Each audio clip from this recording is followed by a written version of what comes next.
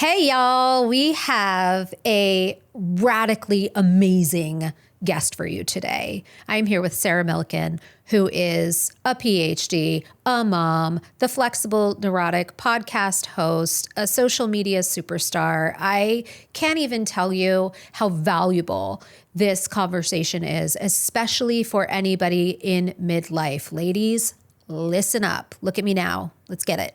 Are you ready for a wild ride? I'm Alexis Artin, and I invite you to strap in because this is more than a podcast. This is Look at Me Now. I am fucking psyched to introduce you to my new bestie. This is Sarah Milken, and she is, I mean, what do I even say? Like my guru of midlife, keeping it real shit. She has a podcast called The Flexible Neurotic, but she also happens to have like this little thing called a PhD. She's a mom, which we vibe on. And I'm going to like stop rambling on like a little fangirl over here and instead just talk to her sitting in the chair here. Hi, thank you so much for being here. I'm so happy to be here, and I'm so fucking happy that you have air conditioning because I have nipple covers on for the air conditioning. I have real deodorant that has aluminum in it. Oh, God. You know, sometimes that fake, like the organic deodorant, it's just not enough. It's not enough. It's not enough, I have especially to when be you're real 49 honest. and you're Yeah. sweating all the time. All and I have an the time. estrogen patch on. I look. It's a whole thing. I am on full hormone replacement therapy. Okay, Ooh, so you know I the know drill. all about it. I haven't even talked about this actually on the podcast yet. That after my hysterectomy because of my cancer diagnosis, when you wake up from that, you are like in full blown menopause. Like you go into the surgery. You know, maybe in perimenopause, I was at the time. But you wake up and you are in full-blown menopause. Wild. So you're just, you know, at the mercy of it all. The hot flashes, the everything. It is turbulent AF. So I am on all the hormone replacement Bring therapy it on, now. baby. And I am a Vaginal big estrogen fan. All of it. and the patch and all the things. Testosterone, progesterone, estrogen, and I will sing it from the rooftop. Ladies who are listening, I am a big fan of Me the too. HRT. Me too. And I'm actually just switching over because I've been on birth control pills since I was 14. Oh, they made me crazy. I couldn't Oh take my God, them. I'm obsessed with them. Like my body's like fully addicted. I almost like had a heart attack when I had to come off of them to get pregnant. I was like, no. And then I breastfed my kids for like 6 weeks because the pediatrician was like, get to 6 weeks and I need my birth control pills back. They have the total opposite effect of like making me not crazy. So I'm in this weird transition. I don't know if I'm supposed to talk about this, but they're putting me on the patch while I'm on the birth control pill just for like 2 weeks as I like come off of one to the other. Sure. So just stay out of my way for the next few weeks.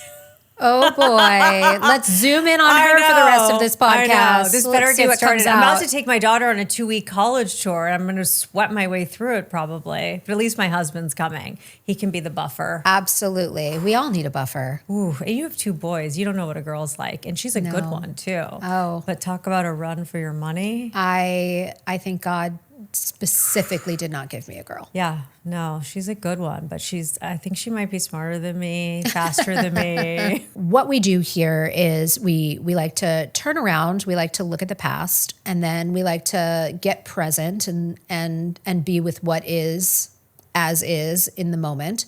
And then we like to turn the lens forward and look at the horizon, the future on our timeline and see what's coming down the pike. So I would love to start with you.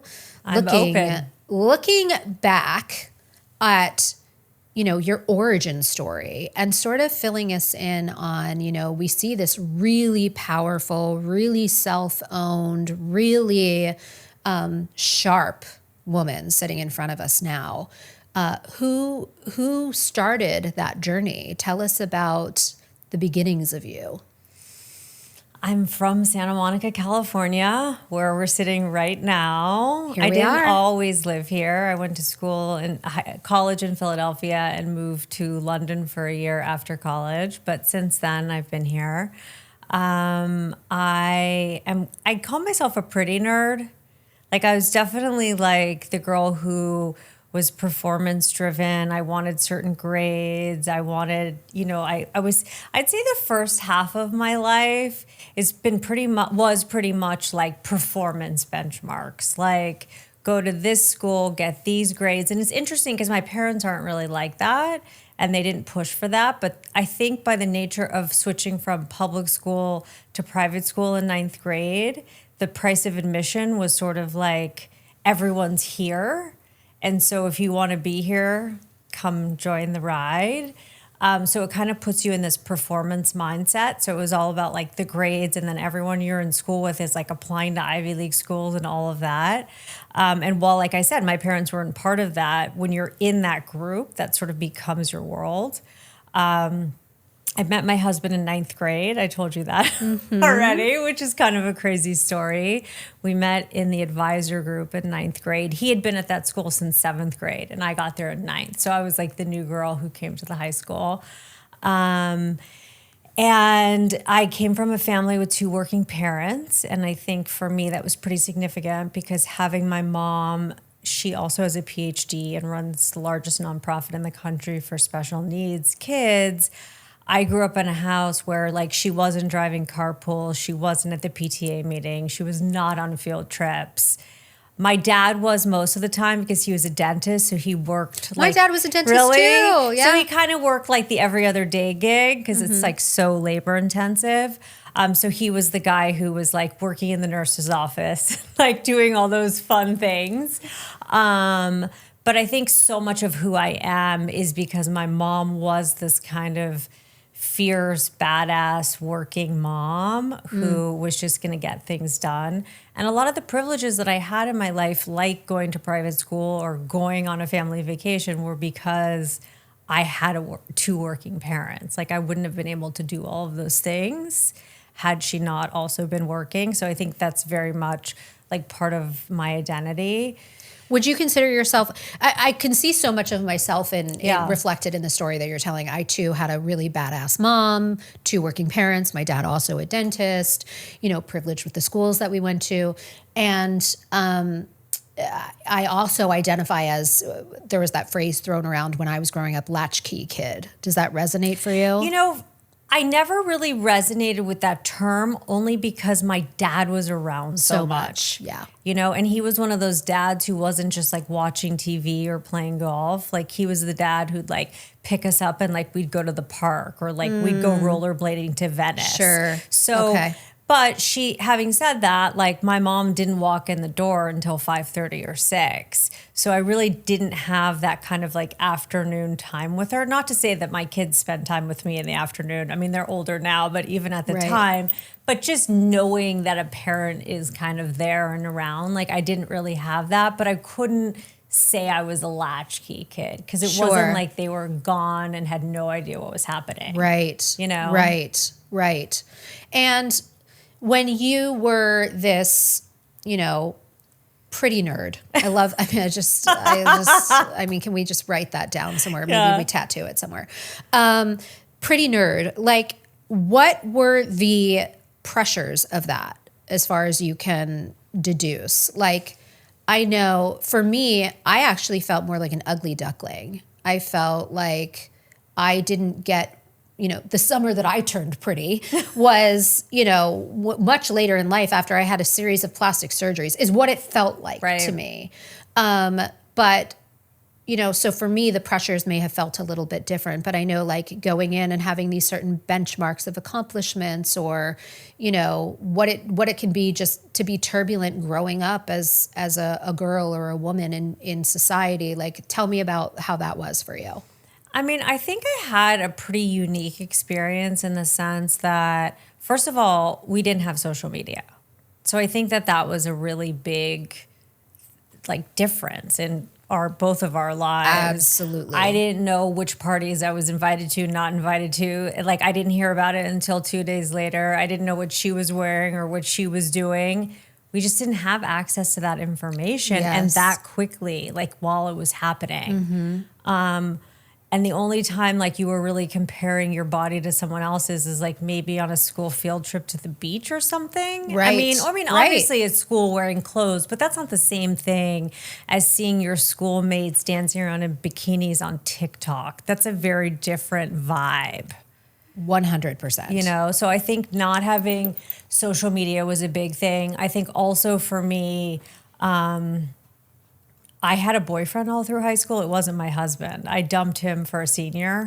That's a whole other story. He has a different version of it, but whatever. We know that my version's the right version. But I had a very serious boyfriend through high school. So for me, it was like my boyfriend, I played soccer, I did my homework.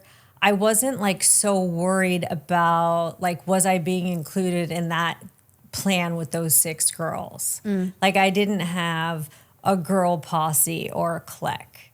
Not to say that I never wanted it, but it was just never like a huge focus of mine. So I never, and because I always had that boyfriend, which I'm sure was some form of codependence and having to avoid all of the bullshit that comes with high school girls, it was kind of a little bit of a saving grace. Absolutely. I mean, You know? you really did dodge some pretty serious bullets. Pretty serious, yeah. Yeah. In terms of like so much of your identity coming from those high pressure female relationships. Totally. And it doesn't mean that they weren't there. Of course Sure. they were there. But I had the backstop of the boyfriend. And I was also lucky enough to have the backstop of like pretty stable parents, pretty educated parents. And so like when I went home, there was somebody to talk to if I had a really shitty day. But it's different for us now because it's like if my kid or my daughter is having a shitty day, I know about it that second.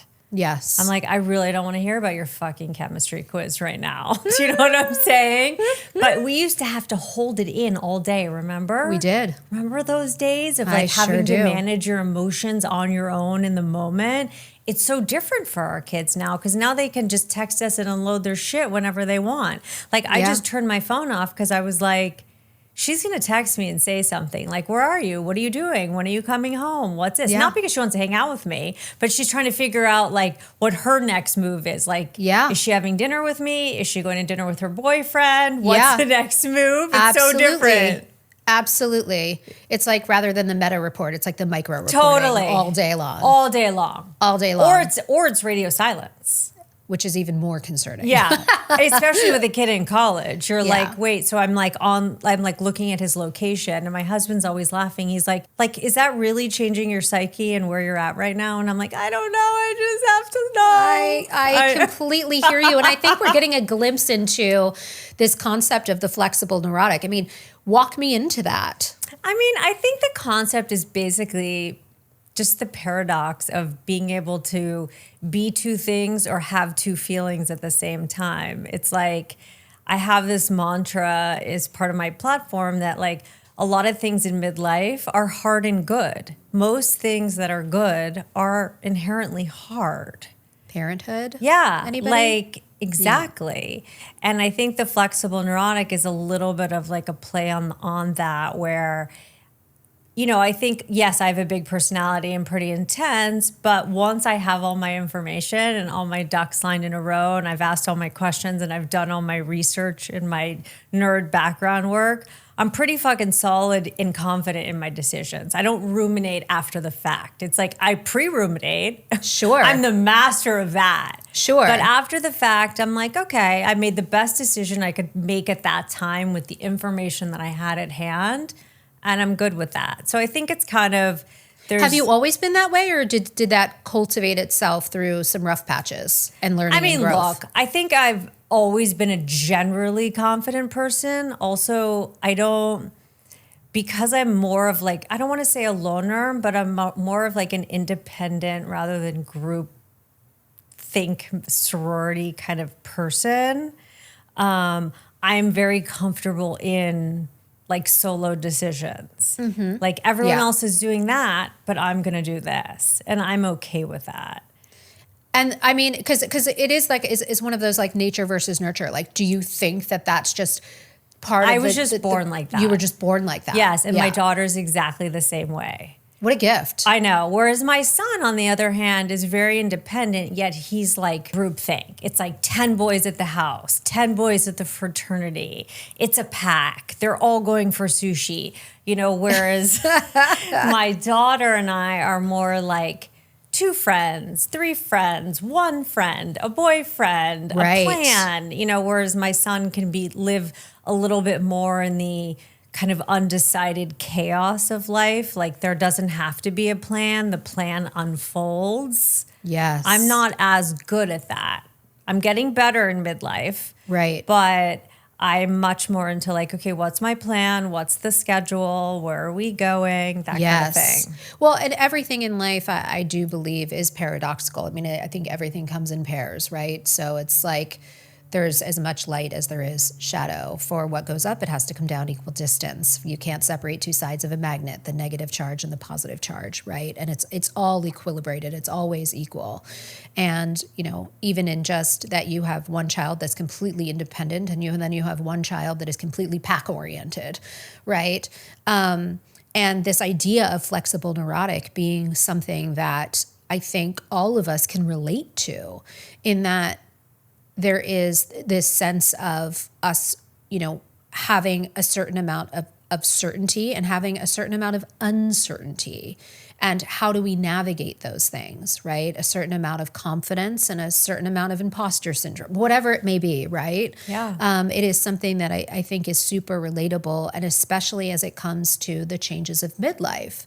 I mean, even case in point, us opening this podcast, talking about things publicly that nobody would have ever talked about before, right? Ever. We're talking about menopause, and we're talking Sweaty about perimenopause, vaginas. and yes, nipple covers, and all of these things, right? I know, my mom's like, what's happening? Yeah, absolutely. And I think the reason that I really get behind it is because I trademarked something called the soul body paradox, and it's this concept of the soul and the body are complementary opposites.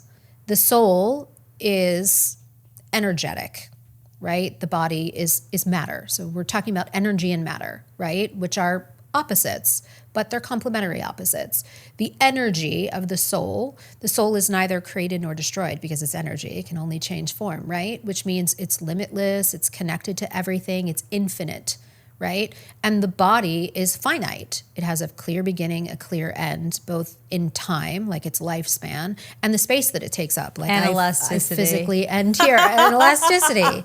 Right. So it's like, but they're as much as they are opposites, right? Like because our soul is infinite and goes on and on and on, and our body doesn't, right? Like they seem like they're opposites, but really they're designed to complement each other. The body is the feedback system so that we can have this experience here and now in this world. So if the body is uncertain, like an animal, and the soul is certain, like an angel, they're there to partner together so that we can have this beautiful experience called life. And that is inherent in everything that we experience. And that is why I really love the concept that you've come up with, because we are all dealing with both all the time. And people go, how do I deal with the cognitive dissonance of holding 2 opposing truths at the same time? That was what my PhD topic was, cognitive dissonance. I mean, there you go. There we go. There you go. There you go. There you go. And so, of course, it's no wonder that your part of your life mission and purpose is giving people the permission to be the embodiment of these. Yeah, these I mean, like, look, forces. My son he was home for 4 days after like a big spring break fraternity thing. And we spent a lot of time together, which I don't normally get because usually all his high school friends are home. But now they're in college, so they all have different breaks. So I was secretly happy because I got so much one-on-one time. But I have to say that like 2 days, I mean, only been gone for 2 days and I'm crushed. And I just posted about it today. I'm like, I haven't been on Instagram for 2 days. Thanks for all the messages. I'm okay. I'm still alive. I just kind of like been feeling a little bit of the blahs. Like, wow, that feels like it stings. And half empty nest, I call it half empty nest because I still have my daughter at home, but it never gets easier. But at the same time, like I wrote in the caption, it's like, I'm so sad that he leaves and that he goes on back to school. But at the same time, I'm so pleased and grateful that he loves school and he loves his new friends and he's like baked and cooked into this yummy human being. And again, it's that like the yin and the yang, the good empty and the, nest, but you want them to spread their wings and fly. Exactly. And like, I want him to like go to college in LA. I mean, I don't, but I do. Right. It's sort of like that. It's always a back and forth. Push and pull. Yeah. And I think that is really what life is about. Yeah. And I think there's so many yucky things that happen in midlife, just the physiological, the physical, the psychological, but there's so many kind of, and I call those the Uggs of midlife, but there's also so many fabulosities too.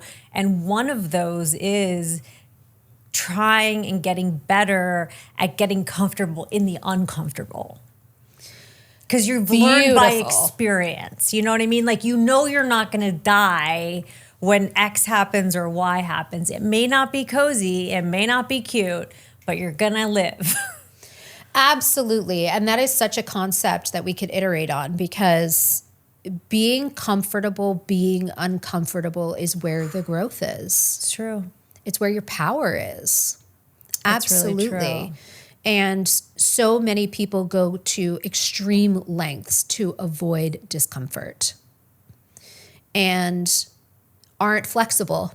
Yeah. In the neuroses. I think it's interesting because I feel like somehow both of my kids have gotten this idea of like, they're okay with eggs in one basket. Like I said to my son, I was like, if you apply to this school, like your chances of getting in are like this bit, And he goes, yep, I'm okay with that. Like eggs in one basket. If it doesn't work out, it's not meant to be. And then I'll be somewhere else. I don't know if I could have been that comfortable in my own skin at that age. I don't know if my kids have the benefit of having a midlife mom, like not having a midlife crisis, a midlife remix, and they're part of it and watching it and they're part of the unfolding of it, that they sort of see this, but I'm still okay. Yeah, I mean, and not everybody has that perspective. What do you credit that awareness with? Because you're pretty self-aware. You're pretty hip in don't ask my kids that. They'd be like, no way. Well, This I mean, chick I is see you. psycho. I see you as a fellow midlifer, a woman, who's pretty self-aware. And I can spot my people. Like, what do you credit that with? I mean, in all honesty, like there's no secret sauce. Like no one goes through life not being scared. Sure. Like it's just reality. And if you don't have any fears, then there's something wrong with you or you're Absolutely. lying. You know what I mean? Absolutely. And I think for me in this midlife journey, it's really been about getting comfortable with being scared and doing it anyway. That's and it a sounds great nugget. really kind of basic.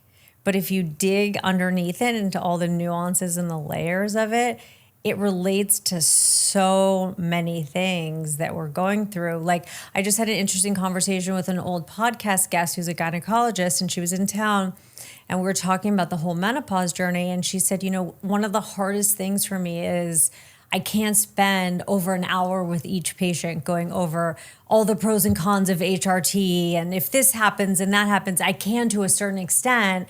But at a certain point, the patient, the woman, needs to take that leap of faith and just start the project. It's like, she's like, I don't have the perfect answer of being able to predict like this HRT patch at this dose with this progesterone, with this, and this, and you're going to be, Cinderella or whatever. Like to your point, there's no magic bullet. There's no magic bullet. And she's like, at a certain point, you just got to like take the leap, start the HRT project if that's the choice that you're making, and being open to the kind of tinkering of back and forth and not it's not perfect. Oh, I didn't sleep for 4 nights because whatever. And I think that that's part of all of this is like, are you willing to step out of the midlife waiting room and get a little bit uncomfortable? Because no one's coming to rescue us. No one's going to be like, hey, Sarah, I have this great midlife idea for you. Like, I think, and I talk about this all the time on my podcast, I think I expected my husband, I was like, oh, he's Ivy League educated. He like runs his own company. Like, he's going to come to me and be like, Sarah, I have this great company idea for you. I know you're a little bored. I know you're a little itchy. So like, here's this idea. No, that's not happening. Mm-mm. That never happened. And I never really asked him. But I think I secretly hoped that like he was coming to rescue me, or that Amazon or Jeff Bezos was coming with a prime package that was like, get me the fuck out of boredom, get me off the hamster wheel of sameness. But that's not happening. No, even though every fairy tale tries to tell you that it will, and so many of us go, who's coming to save me? There is in midlife, usually that's when it hits, a realization of, oh wow, nobody's coming to save me. This is a hero's journey. Right. And then you get to this point where you either kind of allow yourself to fall to pieces, or maybe not allow. You know, I'm sure some people have psychological issues where they can't help it. But for the sake of this conversation, where you allow yourself to kind of be a victim, or am I going to take agency? Like, what can 100%. I do? You know, it's sort of like half manifestation, half magic. Like, there's got to be some synchronicity and some luck in the game, but there also has to be like, I'm rolling up my sleeves. I'm doing something that's hard. I'm doing something that's scary. And I'm doing it anyway. Yeah, that's something that I say a lot is, my grandmother used to say, nobody's going to find you behind a locked door, right? But it's this idea of like, you can sit in mudra pose on your bed all day trying to manifest a man, but if you're not going out on dates, where is this person going to, exactly. Some action, rubber's got to meet the road at some point. But I love that concept of, feel the fear, do it anyway. I used to have a metallic bracelet that I wore for years, a leather with like a stamp in it that said, feel the fear and do it anyway. Oh, there you go. And it's sort of like in NLP, the concept of like go first, or the best practice is the one that you do. It's really about taking the bull by the horns and taking responsibility and accountability and agency for your own experience. And whatever you don't own will own you. 100,000%. And I think now that information is so accessible and all the time, like you could watch Instagram all day long and hear about the 19 ways to gain muscle, the 17 ways to improve your sleep, whatever. You can listen to that information all day long, but unless you bridge the gap between knowing and fucking doing, then you're just like in inertia. But it's really hard to take those steps. Like, I don't want to lift weights. Like I always say, everyone's like, oh, I have endorphins from working out. I'm like, I don't know where those fucking endorphins are. I can't find them. I've been looking, I'm searching. I'm like, I hate working out. I'm not one of those people that like lives for it. Yeah. And if I give myself an inch, which I do a lot, like the past few days, and I just ate a bag of M&Ms before I walked in here. It's again, that work of like, I don't want to be doing this, but I know I should be doing this because it's for my health. Mm-hmm. So it's adopting certain things that not everything's like a party. And my kids learn that too. It's like, yeah, you go to this college and you have to take these hard classes, they're requirements. Yeah. It's just a fucking fact. Well, and there's that paradox again, right? It's like work out and eat M&Ms because it's both. Yeah. It is both. And how do you navigate that, especially when you're in menopause and all the weight wants to pour on? Totally. And I think part of the midlife battle, literally and figuratively, is like, if you don't get your hormones in order to a certain extent, you're never getting out of bed. Mm-hmm. And to all the men and even women out there who think it's like in your head, and the doctors who are telling you just to deal with it and like it's just part of life, I'm sorry. But there are solutions out there.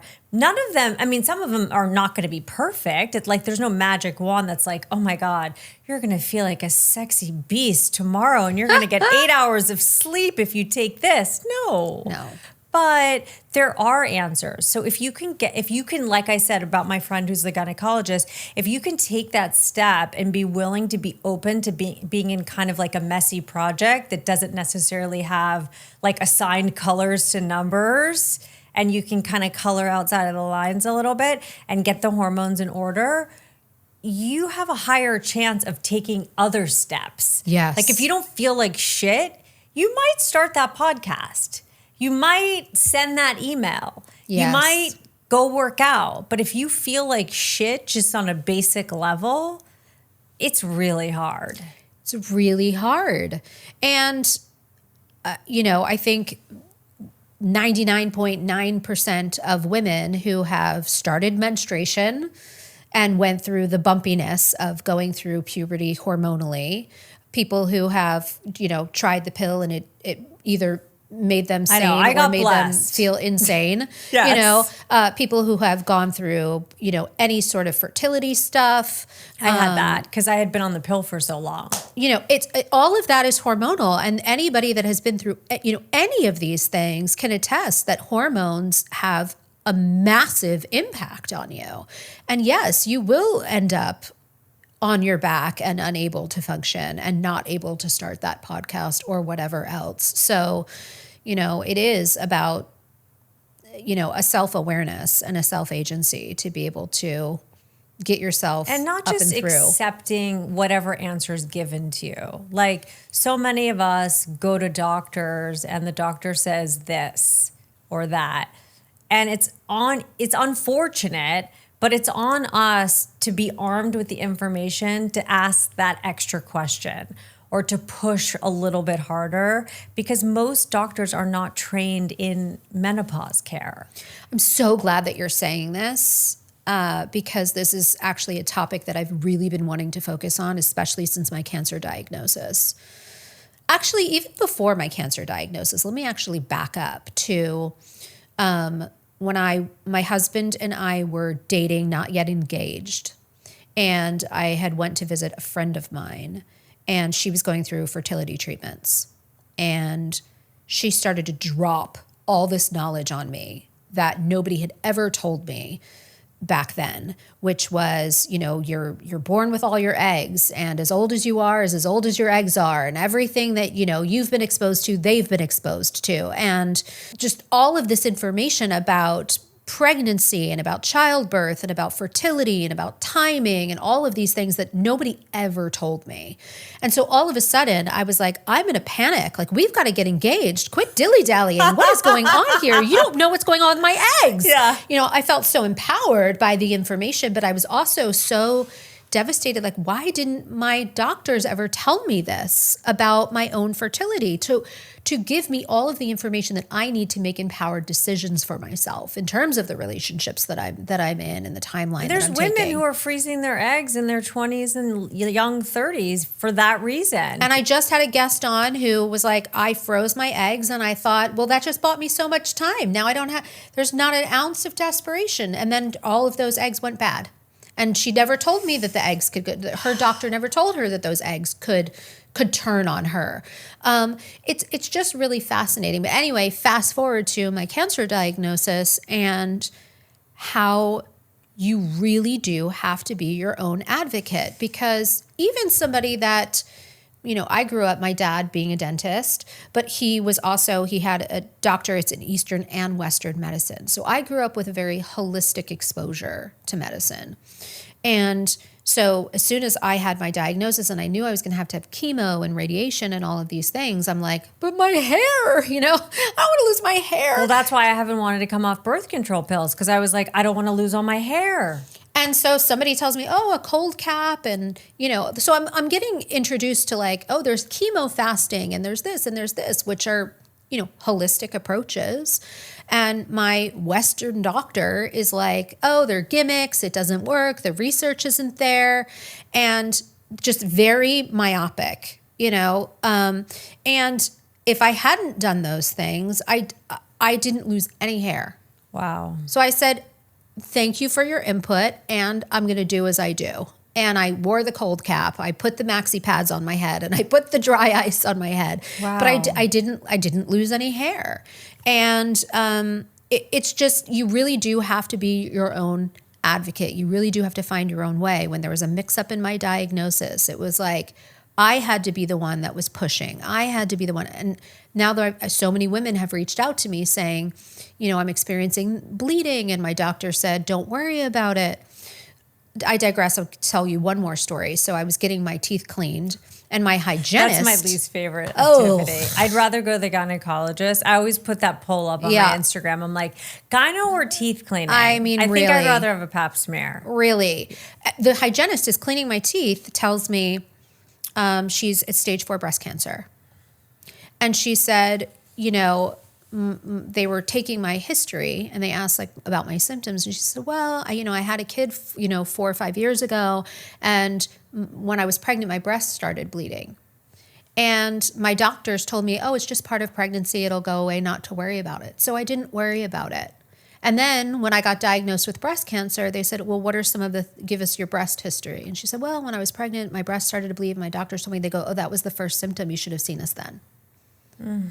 So again, it's like you've got to be your own advocate. You have to be. And you really do. You can't take no for an answer, especially that women's intuition piece. Totally. Of knowing. Midlife is all about intuition. It's like those intuitive hits. And I try to say to my husband all the time, because my husband is also the kind of person who's like, oh, my back hurts. I'm just going to drink water and rest. I'm like, my ass, you haven't walked in 2 days. Get up. We're going to the surgeon and we're going to talk about this, and you're going to get an x-ray, but I just think it depends on how you're raised. I think because our dads are dentists, I definitely have a much more kind of medical framework in the way I think about things.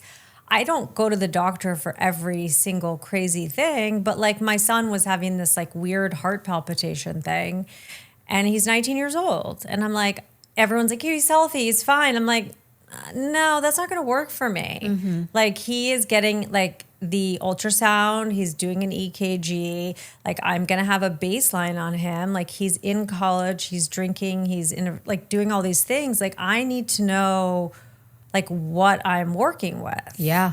And I'm not saying everyone should run to the doctor for every single thing, but there's no one advocating for you except for you.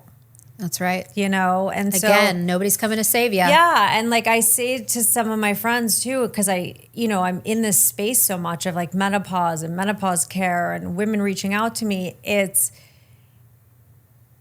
again, that scared and doing it anyway thing. It's scary to put on a patch when you've taken the pill since you were 14 and you're 49. But there has to be a day where you just start. And you're just fuck it, here we go. It doesn't mean it's perfect. It doesn't mean it's going to turn out well. It doesn't mean that some of my hair won't fall out. But like if you never take that action, you never have a work in progress. You're just in rumination station. Yeah, analysis by paralysis, or paralysis by analysis. Totally. Yeah, absolutely. And I think a lot of the doctors, even like on Instagram, are saying like when you go to your doctor and they're like, "Oh yeah, you're fine," but you really know you have symptoms. Like a lot of doctors are saying, you don't need blood work to start HRT. You just need to have symptoms that match up. So as long as you have these symptoms or some of these symptoms, like you qualify. So if a doctor's like, sorry, your blood work is normal, you can't just accept that as, well, my doctor said X, Y, or Z. And a lot of doctors are saying to women out there, like say to your doctor, if it's appropriate for you and you know it fits yours, kind of your life story and what you're wanting, is say like, give me 3 months. Let me try the HRT and the progesterone for 3 months, and then let's go to like step 2 or whatever. But a lot of doctors don't even want to do that. So it has to be the patient pushing for it. And it's unfortunate, but it's a fact. Well, and it harkens back to this concept of like, you're the expert on you. Nobody has been in your body, 24/7, 365 for the entirety of your life. Nobody knows what you know. Like, you really are the expert. And if the expert isn't advocating, then the needs aren't going to get met. And listening to that intuition and listening to your body's feedback. But to your point, you're not going to get that if you don't try something first. It's hard. It's really hard to do. It's as hard as going, I haven't worked out a day in my life, but you got to start somewhere. I'm getting a gym membership. Yeah, here we exactly. go. And you're going to be sore and it's going to suck, but you're going to find your rhythm. It's about the stick-to-itiveness. And it's also finding you're good enough. Like, I have friends who work out every single day. I'm like lucky, people see me on Instagram. They're like, you work out so much. I'm like, yeah, 3 or 4 days a week. But like this week, I haven't worked out. I'm fucking tired. I'm frustrated that my son left. I'm like crabby. You know what I mean? So I give myself latitude also. Yeah. Because if you don't, then you're always in this like chronic state of like self-punishment. And that's not life either. So my husband said, he was working out this morning. And I was like, of course you're working out because you're perfect. And he goes, I know you're having a hard time because Jake left. He goes, why don't we go on a walk tonight? Then you won't have to feel stressed out about like getting on the treadmill and da-da-da-da-da. And like, we'll do it together. And I was like, okay. So I think sometimes having like an accountability partner, a husband, a friend, someone who's just like, okay, let's just get out of the house. You got to do something. And not every workout's going to be the perfect workout. Not every doctor's appointment is going to be a 10 out of 10. Well, and I think you're speaking to that paradoxical thing of like, it's all or nothing. Like, I either need to like go hard and be a beast at the gym, or I'm going to sit home and eat a tub of ice cream. Yeah, exactly. But finding that gentle, happy medium, the best of all worlds of like, I can go on a walk and have moved my body today. Or I can, sit at home and binge Netflix without eating the tub of ice cream or whatever it may be. Yeah. And right? like, my good enough is going to be different from your good enough. That's right. And we're all going to have that different good enough. And I think that that's one of the beauties of midlife is like, we've earned the right to kind of do whatever the fuck we want. Like, I get Botox. That doesn't mean you have to get Botox. Like, I wear makeup when I drive carpool. Not that I drive carpool anymore because my kids are too old. But you don't have to wear makeup. No. I don't give a fuck if you do. Right. But don't judge me for me. Like, do you. Let me do me. Right. And like, let's all find our own lanes. Like, high school's over. Like, right. We already sat through... You can't sit here. You can't sit with us. This is the cool person's table. That's right. Midlife is a time On Wednesdays, where we wear pink. Yeah. Yeah. Midlife is a time where like we create our own tables and like the energies that we want. Because in midlife, like we're all craving energy. Mm-hmm. Like this point, for me, speaking for myself, like I don't really have time for yucky energy. It's like if you give me shitty vibes, like I think we're done. Check. Like I've already put my time in. 100. And you know what else I love about midlife? Yes. You know what else I love about midlife? I love you brought up the analogy of the seat at the table, because I actually use this as like an internal monologue for myself of like, am I allowing all of myself a seat at the table? Because as women, we can so easily compartmentalize. And I know when we're younger, we do it so much, right? Like, well, my sexuality can't come into the boardroom or, what have you. But as we get older, I have found the grace to invite all of myself to the table. All of me all the time. Yes, all of me all the time. Exactly. Like every ounce of me gets a seat at the table. No part of me is excluded. I love that. And you can't sit here. And I think that is, not that the neuroses doesn't pop up sometimes to say like, get the fuck out of here. It's like your inner bitch that's like, yes, you can't do that. You can't do that. Totally. And then you're fighting back going, yes, I can. Yes, I can. Yes, I can. Watch me. Yeah. But like, where are you going? Get back to this table. Mm-hmm. You belong here. Sit right down. Where you think you're going. And it doesn't mean you're not ever going to have the inner bitch going. Of course you are. We all do. Yeah. Absolutely. Like I'm sitting here thinking like, is my shirt tucked in right? Is my hair wrapped around my neck? Like we all have it. Yeah. And that's normal. Well, and it's funny because I was just actually talking to another guest about how we bully our bodies rather than like make our bodies our best friend. It is so easy. Like the body is such an easy target, right? To bully and to say, you're not good enough. You're too fat. You're too tired. You're getting too old. You're, whatever it may be. Like you're giving me too much pain. Now you're putting me through menopause, right? Whatever it may be. And it's such an easy target because it'll just take the abuse and go, okay, well, what can I do to please you? It'll always come back like a puppy. Like it'll always just come back and go like, did I do good? But it's never Did I really make you good happy? enough. It And never it's gets never good enough. And so I think that there's, also a grace that comes with midlife, a maturity, the 100%. matriarch that starts But to it's also the evolve. matriarch of yourself. That's what I mean. Yeah, it's like, this is who I am, take it or leave it. Right. I sort of call it like midlife self-obsession is approved. It's Yes. not narcissism. It's like, this is like my time. And just a general acceptance and grace and appreciation for, the stretch marks that allowed me to have the baby or the whatever it may be, right? It is, and it's something that life, unless you have the life experience and the maturity, like nothing will replace that. Nothing replaces that, like that wisdom, if you will. Yeah, for sure. I mean, I try to teach that to my daughter too. I mean, she's 17 now. And so I'm like, I hope I've done a good enough job. But it's that like internal voice. It's like, I'm good enough. I'm happy with myself. Like, I may not be perfect. This could be different. That could be different. But generally speaking, I show up for myself. I'm pretty darn good to myself. But there are days and times where I'm just like, I'm not working out. I'm not getting up extra early for that meeting.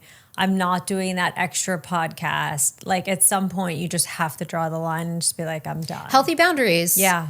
Self-care is often the first thing to slide off of the agenda.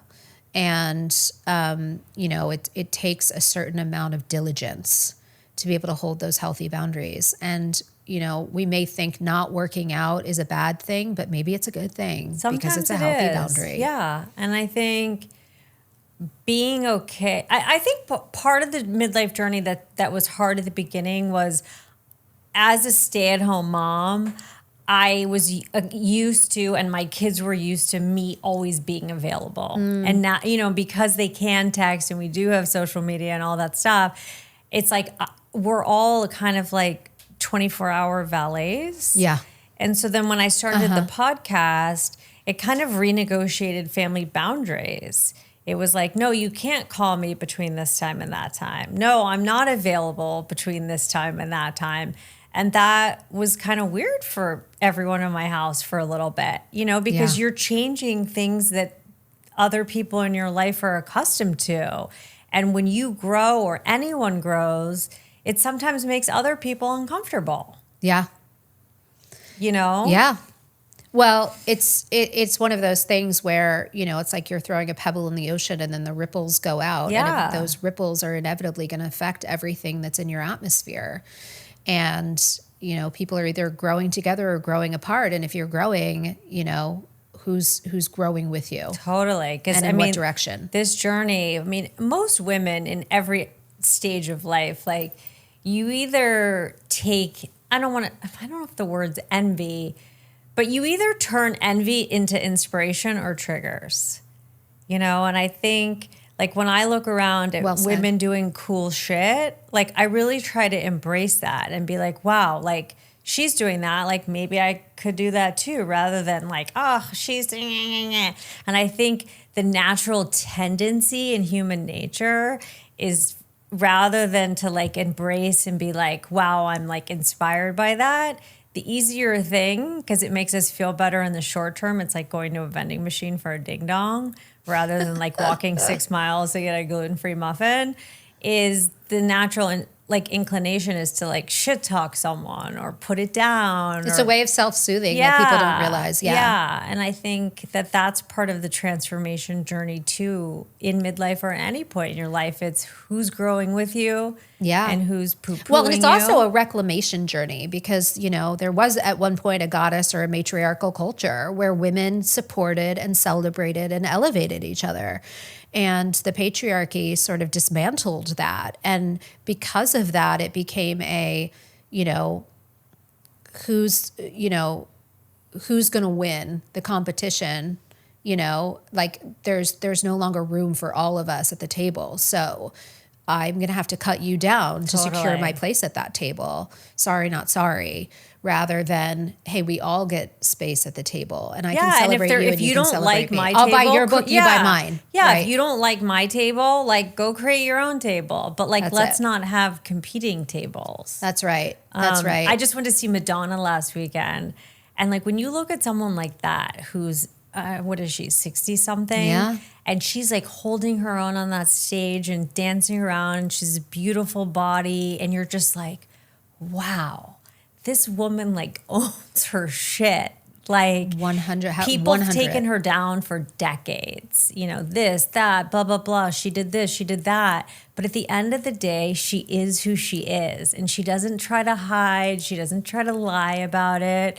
Like she really owns it. And I thought that, I mean, you just kind of felt really energized when you walked out of there. It's like, wow. That's like that's the epitome of like masculine and feminine energy all together. All together. Yeah. Yeah. Yeah. I mean, she is the embodiment of the paradox, right? So she good. is. She owns it all. Owns it. And yes, we all want to sit at her table. Me. Madonna, if you're listening, Yeah, exactly. Me. we would like to come to your table. Yeah, this is a cool table. We'll bring potluck. Yeah, We're coming. It's an empower table. I mean, so here with this Flexible Neurotic podcast, like, what is your vision? What are you building? I mean, I think at the end of the day, or at the beginning of the day, wherever we are, I think that at the end of the day, my goal in all of this was to kind of take the frumpy lumpy out of midlife and make it more sexy. But I don't mean sexy like bikini sexy, but like, yeah, I can do this energy. I can try that energy. And I think one of the key parts of it is the relatability factor. It's Sure. like, oh, she's like a regular 49-year-old woman who does Botox, dyes her hair, has stretch marks on her stomach, and she hates her husband sometimes and he breathes too loudly.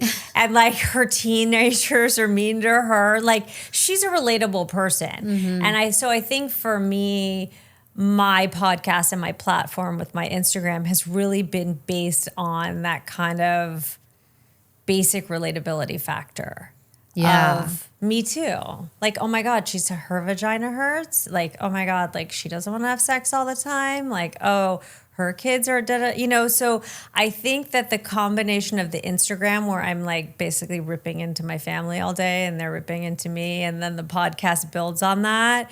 I feel like it's a little bit of that like open door into just everybody's real life. Yeah. Like I'm not a celebrity. I'm not like a special person who lives in a glass house. Like I'm just like everyone else. Like I have dog hair on my pajamas when I wake up in Ditto. the morning, you know? Yeah. And like I put makeup on and I do, it's like I have to walk on the treadmill. I have to take my supplements. Like we all have to do these kind of like everyday midlifey things that aren't always sexy. Like shove the vaginal estrogen in. Did I change my patch? Should I, And I think a lot of women are like, oh yeah, me too. Feeling less alone in yeah. it. Absolutely. Mm-hmm. And I think that again, it's like that creating of community of women. And I'm not the only one doing it. There's like so many women Right. in this space and everyone's doing it their own way and doing it differently. Like there are women out there who are doing podcasts and have platforms that are much more like polished than mine, and they're not dropping the F-bomb every 2 seconds, and they're not like filming their husbands like wearing a back brace or getting a butt injection. You know what I mean? And like there's someone for everyone. Like find your messenger. If it's me, whoever it is, someone who can make you feel like you're not alone, and whoever that is for you, like embrace that and just know that like we're all in this journey together and there are solutions out there. Like you shouldn't have to wake up every day and feel like shit. I'm not saying I feel like $1 million. Like I didn't sleep well last night. But if I was like that for a year, like, you know what I mean? It comes to a point where you're going to keep, if you really want to, you will find the answer if you self-advocate and you annoy the fuck out of your doctors like I do. Totally. And I think if you're self-deprecating about it, like I'll send my doctor an email and I'll go, Hi, it's me again. I know this is really annoying, but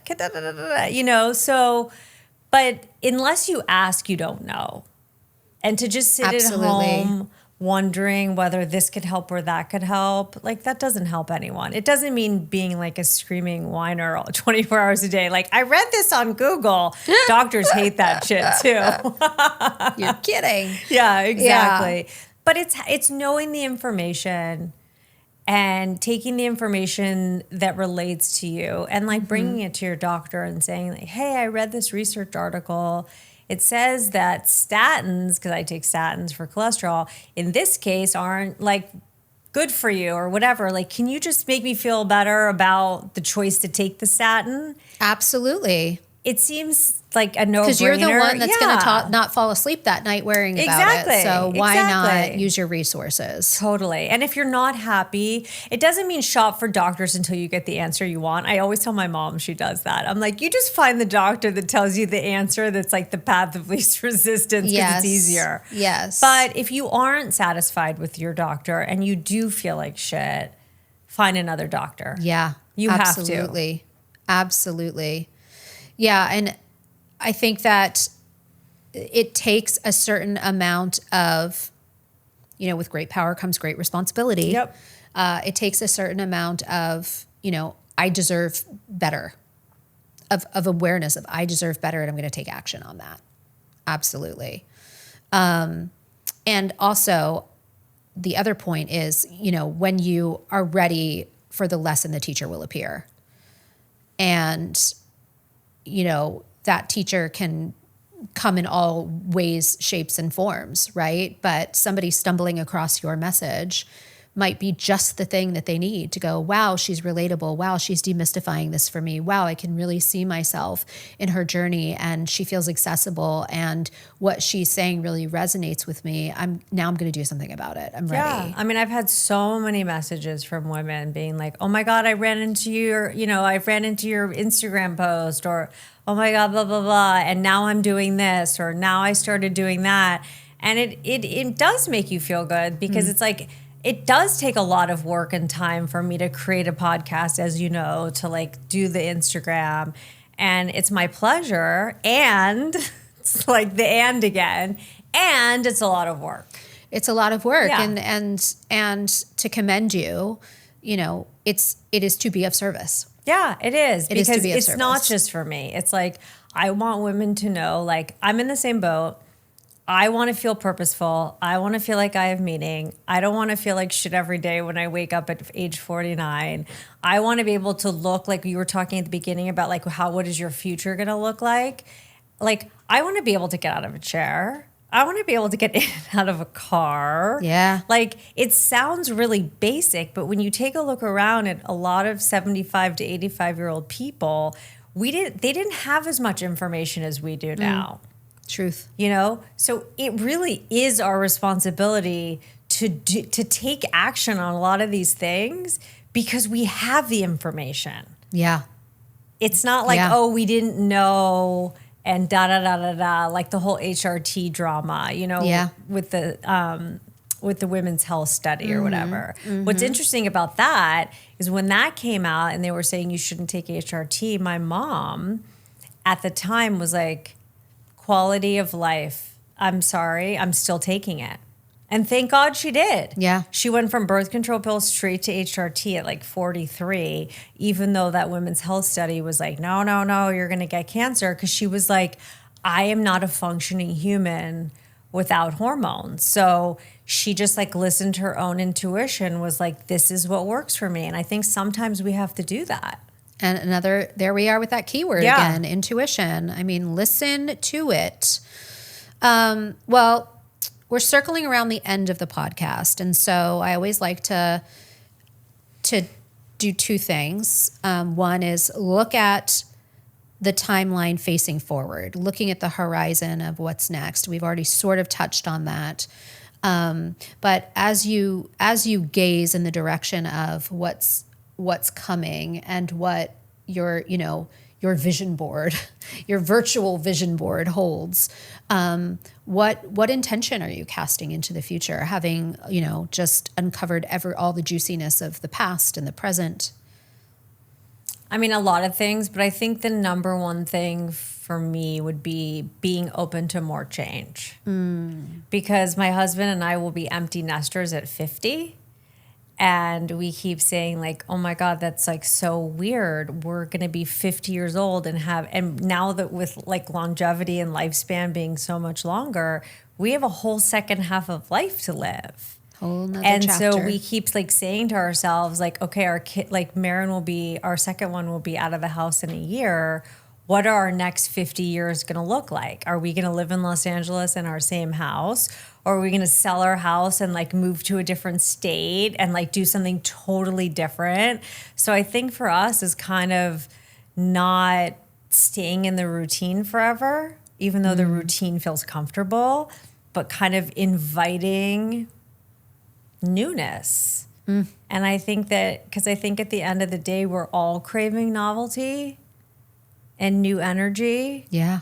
And instead of having an affair with like a tennis teacher or buying a new car, maybe you have an affair with yourself and your spouse and you kind of change the environment and like create new energy and new things. So I don't know. We'll see. I'll let you know in 2 years. Please do. Variety is the spice of life. Exactly.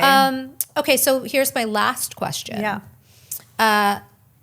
So this podcast, people can often look at me now for being very externally driven and motivated, right? Like, you bullied me and now I'm this beloved whatever. Look at me now, right? You told me I never amount to anything, but I showed you. Yeah, exactly. But look at me now is actually flipping the gaze to it being more of an internal revelation of, wow, look at me now. Look at what I've accomplished. Look at what I've overcome. Look at what I've achieved. Look at how resourceful I've been. Look at all the wisdom I've gained, what have you. So if you were to hold up that mirror right now, what is it that you would see and want to reflect to yourself, given your journey thus far and what's coming? I mean, I could say a lot of things, but I think the biggest difference for me between the first half and the second half, I think is going to be and has been for the last few years, less reliance on external benchmarks and performance-driven benchmarks like these grades, this GPA, this degree, this amount of pounds on my body, this podcast reviews, numbers of downloads, whatever your metric is. And I think midlife has been and will continue to be for me kind of flipping that from performance to kind of this curvy, linear, woo-woo. How does that fucking make me feel? Yes. Like, is this energy adding to my life or is this energy depleting from my life? That to me, the qualitative over the quantitative. Yes. And living more in the woo and in the current energy of it, where before I would have been very much like this. Yeah, it's being more Madonna. Yeah. It is having a little that less masculine, linear, a little less linear. Masculine linear, but yet also that really curvaceous, really wild, it's sort of like a lot of people say the masculine is the container and the feminine is the storm that rages inside of it. And it's wild and it's unpredictable and it's untamed, and yet it gets grounded and centered and held in this really beautiful, constructed way. And I wouldn't change anything that I've done. I think that living with contrast is sort of the beauty of life. So it's like, yes, I did live in a very linear, benchmarky kind of way of checking boxes. And because I did that, like I did get the degrees, I did do all those things, and I checked all those boxes that, like you said, like I have enough of a structured box to feel comfortable and safe. And I think when you feel safe, you can take more risks. 1,000%.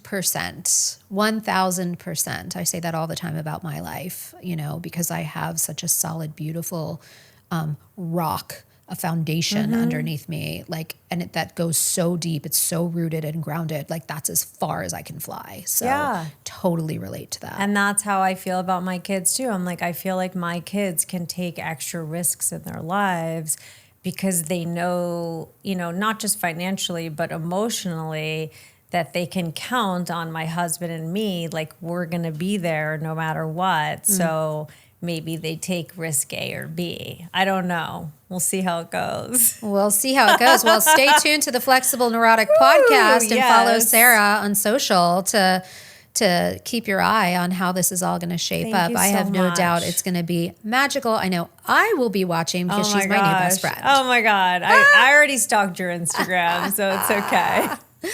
Thank you all for being here for another totally amazing, if I don't say so myself, episode of Look at Me Now. I love y'all. Look at her now. Well, yeah, look at me now. I love y'all. See you next time. Bye. Thank you. Join us for Look at Me Now, wherever you listen to podcasts. And be sure to share, like, and subscribe.